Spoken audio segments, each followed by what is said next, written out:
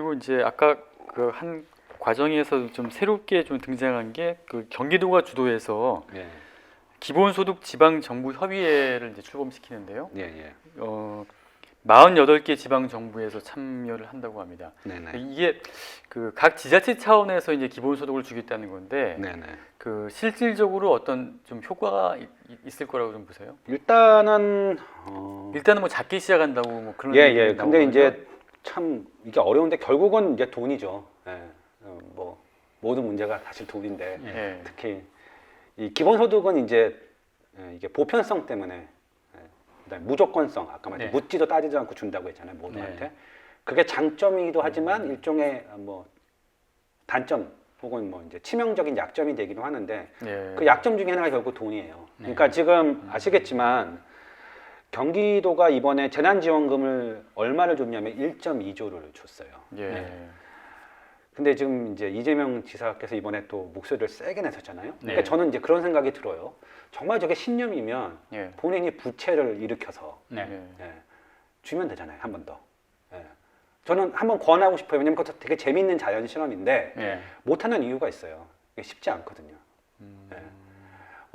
실제로 경기도 재난지원금, 재난기본소득 주면서 예. 경기도가 이 예비비를 다 썼어요. 그래서 아. 이번에 경기도 홍수가 크게 났을 때 예. 저는 되게 궁금했어요. 경기도 차원에서 과연 이걸 어떻게 대처할 것인지. 이번엔 굉장히 큰 물난리가 났었잖아요. 그렇죠. 별로 얘기가 없더라고요. 그러니까 뭐냐면 이론적으로는 뭐 증세를 우리가 그냥 앉아서 얘기할 때는 뭐 증세를 50%도 할 수 있고 100%도 할 수 있다고 주장하지만 네. 막상 현실에서는 10몇 조를 가지고 중앙정부, 자치단체도 쉽지 않은 결정이잖아요. 네. 그러다 보니 이게 의도는 좋지만 쉽지 않은 거죠. 네. 저는 뭐 자치단체 차원에서 세출 구조 조정을 해가지고 줄 수 있는 건 굉장히 제한적이라고 봐요. 왜냐하면 세출이라는 건 지금 이미 지출되고 있는 돈이고요. 예. 그건 누군가의 이득을 보는 거죠. 네. 그 사람들을 섭섭하게 하면서 네. 다 주는 정책을 펼치는 건 생각보다 쉽지 않아요. 그럼 여기서 얘기 나온 게 뭐 조세 지출을 감면하고 자연증가 예산을 반영해서 예산을 마련하겠다. 네. 이게 사실상은 좀 어렵다고 예, 쉽지 않죠. 그러니까 네. 뭐 사실 자치단체 차원의 조세 지출이 많지도 않고 이건 이제 결국 네. 중앙정부 조세 지출인데요. 네. 조세 지출을 일단 다 줄이면 뭐 제가 계산해 보니 소득세 같은 경우는 뭐 상당한 금액이 돼요. 왜냐하면 이게 세율을 명목세율을 10%포인트 인상하는 정도의 액수가 나와요. 그러니까 제법 큽니다. 60조. 소득세인 경우에. 예. 그런데 이제 문제는 뭐냐면 그럼 우리가 과거에 조세 지출을 줄인 전례가 있어야 되잖아요. 예. 그래야 되는데 예. 조세 지출은 한 번도 줄인 적이 없어요. 아. 근데 그 이유는 간단합니다. 예. 그로부터 이미 혜택을 받고 있는 계층이 있어요. 그게 농민일 수도 있고요. 예. 저소득층일 수도 있고요. 특정 산업일 수도 있거든요. 예. 가만히 있지 않습니다. 그러니까 보통 이제 기본소득을 하는데 이제 4단계 혹은 3단계가 있는데요. 예. 근데 첫 번째 가장 간단한 거는 기존의 우리 복지 체계 안에 존재하던 현금성 급여 예. 이거를 기본소득을 주면 그걸로 대체하겠다. 예. 이게 이제 1단계죠. 예. 2단계는 아까도 나왔지만 이제 지출을 구조조정하겠다. 네. 뭐 아까 말했던 뭐 조세 지출도 줄이겠다. 예. 그 다음에 이제 몇 가지 신규 세목들이 있어요. 뭐 예컨대 뭐 구글세, 예. 그 다음에 뭐 뭐 국토종합 네. 보유세인가? 보유세, 국토보유세. 예. 뭐 탄소세, 예. 디지털세, 로봇세 예. 이게 있고요. 이제 3단계부터는 이제 증세죠. 세율을 올리든 명목세율이든 실효세율이든 건데요. 아까 저기 세금 정세 이야기가 2배 올린다고 했는데 네. 사실 그게 크게 세금을 아주 적게 내는 사람들 입장에서는 2배 늘어도 뭐 그리고 또 심지어 소득세를 전혀 안 내는 사람들한테서는 그게 걱정 내지 우려를 안 다가오거든요. 그래서 일단 그 시뮬레이션을 그 의미 있는 기본소득을 지급할 수 있기 위해서 시뮬레이션 해보면은 얼마 정도 실제로 세금을 더 내야 되고 이게 그 세금을 우리나라 경제 구조가 지탱할 수 있느냐 그 부분이 좀 궁금하거든요. 그러니까 이건 이제 아주 구체적인 시뮬레이션 해야 되는데 네. 그거는 이제 뭐 저는 해봤는데 그 숫자가 큰 의미가 있는 건 아닌 것 같고요. 이제 핵심은 말씀하신 정확합니다. 그러니까 증세도 소득 수준에 따라, 그러니까 자기의 가구 형태와 그다음에 자산 형태와 소득 수준에 따라 느끼는 체감도가 다르죠. 아까 말씀드렸지 우리가 이제 3대 세목은 소득세, 소비세, 법인세입니다. 네. 예. 이게 거의 세수의 70, 80%예요. 예. 그럼 한번 생각을 해보세요. 이런 세목을 하나 만드는 게 결국 뭐냐면 20% 세목을 가지고 60조, 120조, 180조를 만들려면 이거는 이제 꼬리가 머리를 흔드는 격이죠. 예. 그래서 저는 실현 가능하지 않다고 예. 봐요. 예. 이제 결국은 아까 말했던 소득세, 소비세, 법인세를 증세해야 되는데 예. 그냥 좀 간단하게 계산할 수가 있어요. 어떻게 하는 거냐면 우리가 기본소득을 10만 원 더 받으려면 예. 조세 부담률을 한 1인당 한 4%포인트 정도 더 국민 부담률을 예. 4%포인트 인상하면 되거든요. 이제 감이 잘 안 잡히실 텐데 쉽게 말씀을 드리면 월 30만 원 기본소득을 받으려면 세금으로 이걸 거두려면 예. 모든 경제 주체가 지금보다 세금을 한 60%더 내면 됩니다. 네. 제가 여기서 모든 경제 주체라고 표현했던 거는 개인의 소비세와 소득세뿐만 아니라 법인세 다 포함하는 다 거예요. 포함해서. 예. 왜냐하면 소득세는 안 낸다 이렇게 생각하실 수도 있겠지만 예. 소비세 내시죠. 예. 그다음에 부동산세 내시죠. 예. 법인세 내잖아요. 네. 그러니까 한 70% 올리면 돼요.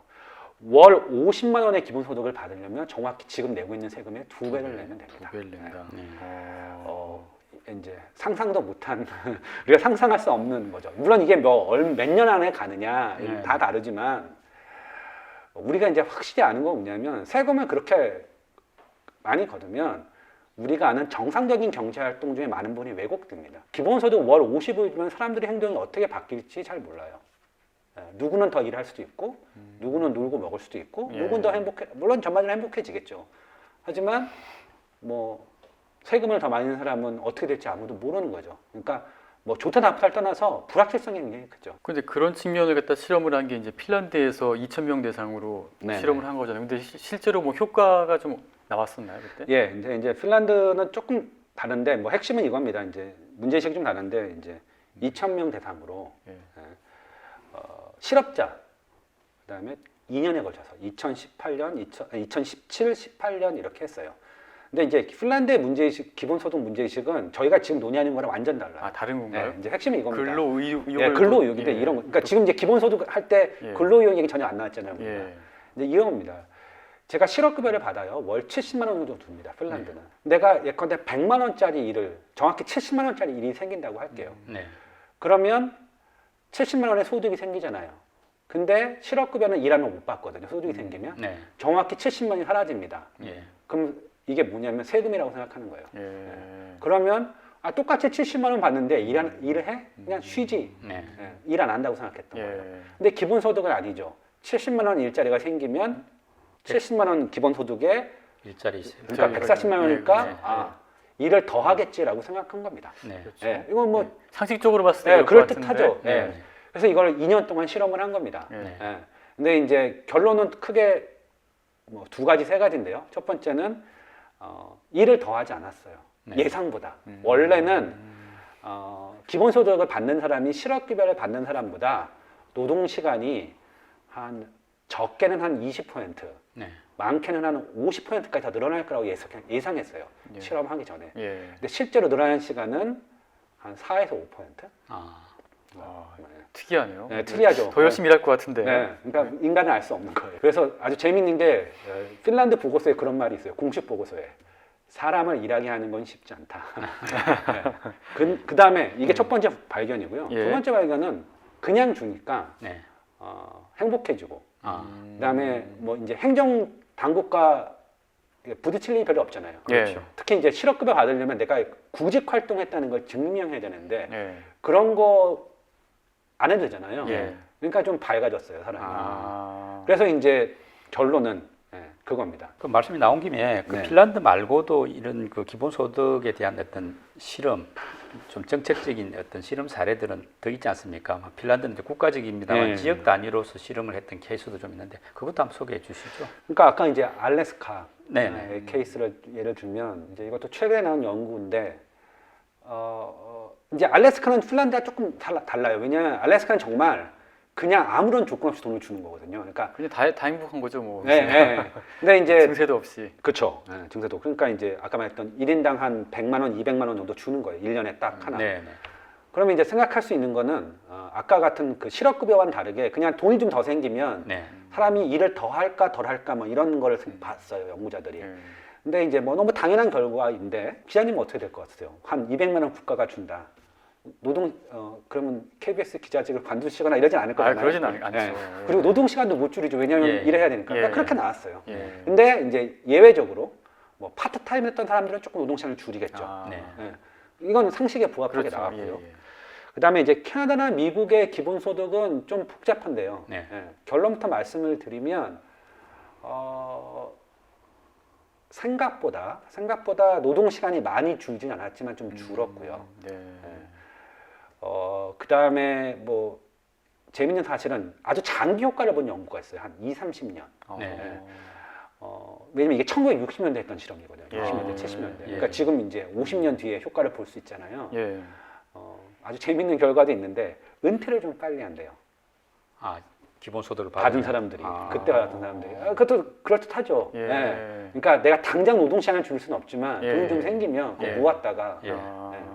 그래서 이제 우리가 이제 알 수 있는 건 그런 건데 이제 문제는 이런 실험 결과들이 지금 한국에서 문제는 기본소득 논의할 때 얼마나 도움이 되느냐 네. 그건 또 별개인 것 같아요. 왜냐하면 우리의 정책 목표가 뭔지가 그렇죠. 불명확하니까. 그렇습니다. 기본소득제가 이제 교수님 말씀대로 여러 가지 문제점이 있고 또 정세라는 부담이 있어서 도입하기 곤란하다 한다면 좀 약간 지엽적이지만 요즘에 전국민 고용보험제 논의가 있지 않습니까? 네네. 이거는 약간의 대안이 될 수 있겠습니까? 어떻게 그러니까 보십니까? 아까 말했던 기본소득은 이제 아까 말했던 그 이 제도에 따라 혜택을 보는 사람들이 있을 수 있죠. 예컨대 우리가 뭐 요즘 하는 이제 플랫폼 노동자들, 네. 뭐 특고 이런 네. 표현을 쓰잖아요. 네. 프리랜서. 특수고용직. 이런 사람들이 이제 지금 원래는 이런 사람들이 고용망에 사회 안전망에 들어가 있으면 지금 같은 시대에 이제 실업급여 받는 거죠. 네. 뭐 플랫폼 노동자는 요즘 오히려 벌이가 괜찮다고 하는데 예. 예컨대 이제 특고나 이런 사람들. 예. 근데 이제 이런 사람들한테는 기본소득이 장점이 될 수 있죠. 네. 예. 그런 면에서는 그리고 뭐 그거에 대해서는 전국민 고용보험도 하나의 대안이 될 수 있을 것 같아요. 네. 근데 이제 문제 아까도 제가 말씀드린 본질은 기본소득에 반응을 보이는 거는 그냥 직업이 있고 내가 정규직인데 소득이 중산층인 사람들이 더 반응을 보이는데 네. 이런 사람들한테는 전국민 고용보험이 대안이 안 돼요. 예. 네. 뭔가 소득이 와야 돼요. 예. 그런 면에서는 아직 한계가 있는 것 같아요. 거기서 하나 더 덧붙여가지고 지금 경기도에서 하고 있는 청년 예. 기본소득제 예. 요거는 사실상 이게 지금 20대 같은 경우에 네. 가장 좀 우리 사회에서 어려운 취업이 잘 안 돼가지고 어려움을 겪지 않습니까? 예. 그러면 이제 단계별 별로 봤을 때는 이 청년 기본소득제부터 실시하는 게 어떤가 뭐 이런 의견도 있는데 어떻게 보세요? 여러 가지 이제 견해가 있는데 지금도 취업을 하는 그러니까 각 자치단체마다 특히 취업을 목적으로 하는 사람들한테 여러 가지로 비용 보전을 해줘요. 예컨대 뭐 경기도는 이제 기본소득 형태로 딱 이제 24세에 딱 1년 한 번 주지만 한번 네. 주고. 서울시는 그보다 더 많이 주거든요. 예컨대 이제 구직 활동에 참여한다는 전제하에 뭐 면접비도 주고, 그다음에 뭐 자치단체마다 일정한 근로자한테는 또 교통비도 지원해주고 해요. 근데 이제 문제의 본질은 돈을 주는 게 아니라, 그러니까 모든 사람한테 동일하게 동일한 금액을 주는 정책을 이제 펼치는 건데요. 그러니까 이제 뭐 재원이 풍부하면 25세가 아니라 뭐 20세부터 몇 세까지 계속 주면 좋죠. 문제는 항상 이런 문제의 본질은 이제 재원이 제한적일 때 누구한테 집중적으로 하는 게 사회적으로 필요할까라는 질문을 던지는 거거든요. 맞아요. 근데 예를 들면 또 어쨌든 이 돈이 적진 않아요, 경기도도. 근데 아마 단일 그 예산으로는 중앙정부의 청년 예산 어떤 아이템보다도 커요, 제가 알기로는. 근데 예를 들면 이런 정책이 있어요. 지금 정부가 일하는 사람들, 근로소득자한테 일정한 조건 하에서 네가 600만 원 저금하면 3년 뒤에 정부랑 기업이 공동으로 3천만 원 주는 프로그램도 있거든요. 그럼 핵심은 뭐냐면 이런 정책을 펼칠 것이냐, 기본소득을 펼칠 거냐를 선택하는 문제예요. 기본소득을 줄까 안 줄까의 문제가 아니라. 저는 참 이거는 좀 뭐 여러 가지 논의가 필요하다고 봐요. 그 이제 기본소득제 논의 과정에서 이제 우리나라 재정 건전성 문제가 또 쟁점이 좀 되지 않았습니까? 네네. 그러니까 우리나라의 어떤 국가 부채가 너무 빠르게 늘고 있다 이런 네. 비판론도 있는 반면에 또 우리나라는 세계 최고 수준의 재정 건전성을 갖고 네. 있기 때문에 네. 지금은 돈을 좀 풀어도 괜찮다 뭐 이런 반론도 있는데 어쨌건 지금처럼 이렇게 이제 국가가 뭐 적자 국채를 발행하는 식으로 계속 하다 보면은 네. 국가 채무 비율이 뭐 곧 50%까지 갈 것이다. 네. 이런 이제 지적 내지 뭐 예상도 나오는데요. 네. 교수님이 보시기에 우리나라 현재 재정 건전성 어떻습니까? 우리가 OECD 국가들하고 흔히 비교해서는 뭐 재정 건전성이 압도적으로 좋습니다. 네. 예, 그러니까 지금 돈을 어떻게 보면 많이 쓰고 있는 거고요. 네. 근데 증가 속도와 네. 네. 그 다음에 앞으로의 이제 재정 수요를 생각해 보면 고개를 갸우뚱할 수 있어요. 왜냐하면 증가 속도가 사실 좀 빠른 편은 사실이고요. 네. 근데 이제 더 큰 문제는 기본소득 때문이 아니라 우리가 고령화 저출산 문제 때문에 네. 앞으로 돈이 많이 들어요. 네.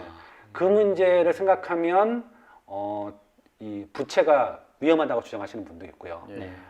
또 뭐 아주 극단적 주장에는 지금 미국, 우리나라 아직 그런 주장하시는 분이 없는데 미국에서는 이제 정부는 부채를 걱정할 필요가 없다는 극단적 주장. 왜냐하면 돈을 찍어내고 갚으면 되니까 네. 인플레이션 걱정할 필요 없이 하는 주장도 있고요. 그럼 미국이니까. 예, 미국이니까. 좀 더 약한 버전으로는 이것도 말이 됩니다. 지금 우리나라 국채 이자율이 전 세계적으로 한 1에서 2%예요. 네. 근데 우리가 경제 성장을 한 3에서 4% 정도 하거든요. 네. 그럼 생각을 해보면 그러니까 나의 부가 부채보다 좀 더 빠르게 증가하잖아요. 그럼 네. 부채 비율은 떨어지게 돼 있어요. 그렇죠. 네. 예, 이런 주장하시는 분도 있고. 그러니까 이거는 사실은 선언적으로 단정 지을 수 있는 건 아니고요. 상황에 맞게 판단을 해야 됩니다. 근데 이렇게 말하면 이제 경제학자 인기가 없어서 결론을 지으면 일단 수준은 걱정할 정도는 아니다. 네. 하지만 증가 속도에 대해서 우려할 수는 있다. 네.